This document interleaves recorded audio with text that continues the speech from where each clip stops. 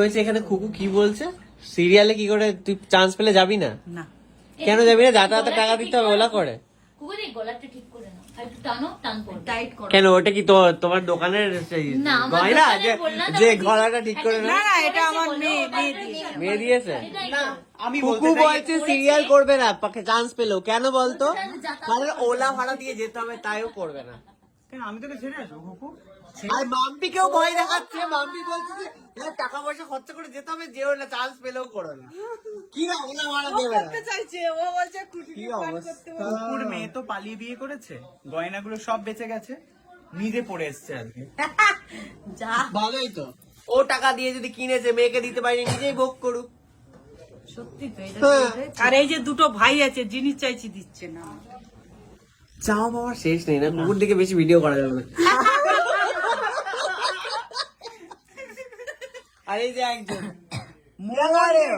পেঁয়াজ দিয়ে শসা দিয়ে পকোড়া अच्छा लगा और नहीं खाना खाना है रात को? खाना है? ওরে খিদে পেয়েছে আজকে। খিদে হয়েছে কোনোদিনই আর খিদে পায় না, বলে না যেদিনকার বলে না মাম্মি ভুকি লাগা হ্যাঁ, আমি না মানে ওই ধুমতা না না না না না না ওই রিয়াকশন আমি ওকে দেখতেই থাকি। আমি এই কথাটা দেখতেই থাকি, খেতে আর দিন আমি ওকে দেখতেই থাকি। কোন মুখে বলেছে আমার মেয়ে এই কথাটা? না, ও একটা ভালো ট্রিক্স বলেছে। বলেছে যদি যেসব বাচ্চারা খাবার নিয়ে নকরা করে তাদেরকে 2-3 ঘন্টা না খেতে দিতে, খিদে পেলে নিজেই খেয়ে নেবে। বিকেলে আমি কিছু খেতে দিইনি, ঠিক আছে? হ্যাঁ, ঠিক এখানে এসে পকোড়াটা খেয়েছে গপা গপ খেয়ে নিচ্ছে। দেখ কি সুন্দর করে ওকে ফ্রাই কিছু ফ্রি। আর আমি ওকে খেতেও দিচ্ছি না, আমাকে চায় মানে বলছে কি খাবো, আমি ওকে মানে আমি তুলে নিয়ে খাচ্ছি, আমাকে খেতে দিল না। আমি ঠিক আছে তুই খাবি না না ও কিন্তু একটাও খেতে পারেনি। এই সুস্মিতা, আমি পরে খেতে দিবো। তো রাতে তো ডিনার করবি তো তুই। হ্যাঁ। আর না বিকেলে না, একটু মাম্পি ছোট ছোট এখন খাওয়া দাওয়া ওর পুরো গেছে, কারণ ও এত ব্যস্ত ওর দোকান নিয়ে। হ্যাঁ ঠিক আছে, দোকান সকাল নয়, বিকাল হোমের দোকান। ইন ফিউচার তো দোকান হবে, কিন্তু অনলাইন স্টোরটাও দোকানই হয়, ঠিক আছে? আর সকাল বিকাল ও রিল বানাচ্ছে, মানে আমি তো দেখছি সারাক্ষণ ও শাড়ি পরে পরে সুন্দর সুন্দর ঘুরে বেড়াচ্ছে, এবং আমি ভাবছি যে এই শাড়িগুলো কি, ও কি কাউকে প্রমোট করছে? হঠাৎ করে মাম্পি এত শাড়ি পাচ্ছে কেন, হঠাৎ করে শাড়ি পরে ঘুরেই বা কেন বেড়াচ্ছে? তারপরে আজকে জানতে পারলাম একটা শাড়ির দোকান দিয়ে ফেলেছে। একদম। অনলাইনেও এখন শাড়ি বিক্রি করছে, মানে কলকাতার তো ওই আদি ঢাকেশ্বরী বস্ত্রালয় তো উঠলো বলে সব উঠলো বলে, 3 তলা বাড়ি পুরোটাই শাড়ি উঠে গেল বলে, কারণ এখন মাম্পি এসে গেছে শাড়ি নিয়ে, এবং কি মানে মানে লিটারালি ও সস্তায় সস্তায় ভালো ভালো শাড়ি দিচ্ছে, তাই তো?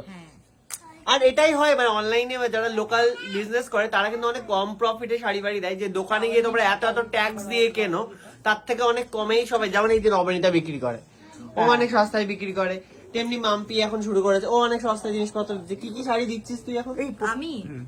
আমি কি শাড়ি দিচ্ছি গো? সিল্ক বেশি হ্যাঁ দেখো, আমি শাড়ি তোমাদেরকে বলছি, ও আসলে শাড়ির ব্যাপারে খুব বেশি অভিজ্ঞ নয়, কিন্তু নতুন কিন্তু শুরু আমি করেছে দেখো business। আমি আমার ব্যাপারটা খুলে বলছি যাতে তোমরা বুঝতে পারো, বাংলায় বলছি ভালো করে বুঝিয়ে তোমাদের বলতে পারবো। আমি যেটা সায়কদা বলে ঠিকই, কিন্তু আমি যেরকম টাইপের শাড়ি পরতে পছন্দ করি তোমরা আমাকে দেখেছো, সেগুলোই আমার অত আনো। খারাপ চয়েস নেই, সেইটুকুনি আমি বলতে পারি, ঠিক আছে? তো আমি যেটুকুনি বুঝি সেইটুকুই আনি, সেইটুকুই দিচ্ছি। এখন আমি আমার চিন্তাধারার বাইরে দিয়ে কিছু নিচ্ছি না আর কিছু দিয়ে সেল করছি না। তো আমি যেরকম শাড়ি পরতে ভালোবাসি ওরকমই আমি কালেকশন করছি। আর বিশেষত্ব হচ্ছে ওর শাড়ির যেটা বলছে যে পরে খুব কমফোর্টেবল, মানে এরকম জিনিসও দিচ্ছে না যেটা গায়ে দিতে পারবে না বা কিছু, আর কেউ একবার কিনলে যেন আরেকবার ফিরে আসে, মানে শাড়ির কোয়ালিটি এত ভালো। তো তোমরা যাও মাম্পির নতুন অনলাইন স্টোর, মানে যেটা হচ্ছে ওর একটা নতুন নাম্বার না, আছে পেজেই রয়েছে। ওর পেজে, বা ওর মাম্পি ডট রাহুলে রাহুলের তোমার ইনস্টাগ্রামে বা ফেসবুকে গিয়ে তোমরা ওকে সার্চ করলে ওখানেই তোমরা নাম্বার ডিটেলস সব পেয়ে যাবে। পুজো আসছে সব, নাম্বার এখানে দিবি না তুই? কি রে, বলে ফেল নাম্বারটা, বলে ফেল, মুখস্থ আছে? নাম্বার মুখস্থ নেই, তুই ওপরে ক্যাপশনে দিয়ে দিবি। না আমি দেখে বলছি, ঠিক হ্যাঁ আছে? এক্ষুনি বলবে নাম্বার। হ্যাঁ তো পুজো আসতে চললো, কেনাকাটা কিন্তু শুরু, এবং ওর শাড়ি কালেকশন থেকে আমিও মার জন্য তো একটা নেবই, অনন্যার জন্য একটা নিয়ে ফেলবো। আমার এর আগে যত বন্ধু বান্ধব যারা যারা শাড়ি বাড়ি কেনে মোটামুটি আমি রাতে কিনি।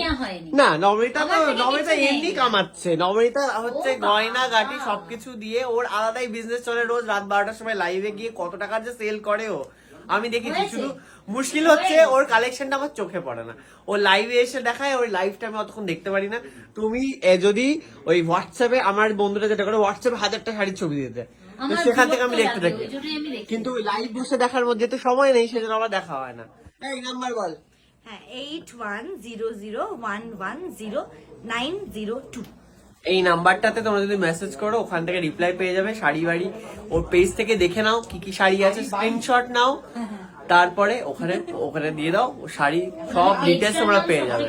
পেজের নাম দিলে সবথেকে best। ওর পেজের নাম সবাই সবাই জানে, জানে। বিশ্বাস করো, ওটা আমাকে আলাদা করে বলা তো যায় সবাই পেজে গেলেই পেয়ে যাবে। পেজে গেলেই পেয়ে যাবে, খালি স্ক্রিনশট নিয়ে এই নাম্বারটাতে তোমরা যখন সেন্ড live করে দাও। আসবে, ওপরে বুকিং নাম্বারটা লিখে দেবে, দিয়ে লিখবে বুকিং নাম্বার। তাহলে মানুষজন ভাববে যে তুমি লাইভ করতে বসেছো, তুমি পুরো প্রমোট করতে বসেছো। একজন লাইভ Video লাইভ দেখলেই মানে মানে কি বলবো, লাইভ করে করে এতটাই রোজ রাত 12টার সময় বসে, তো ওই জন্য তোকে টিপস একটা দিয়ে কথা দিলাম। জানো, আমি যখনই লাইভ করতে আসি আমার বোন খুলে দেয়। আজকে আমার বোনও ছিল না, আমার বড় ছিল না, কোথায় গেছে লাইভ কি করে আদৌ বুঝতে পারছিলাম না। বসেছিলাম মানে আমার বোন এলো, আমি বোন বললাম লাইভটা খুলে দাও, তো খুলে দিল।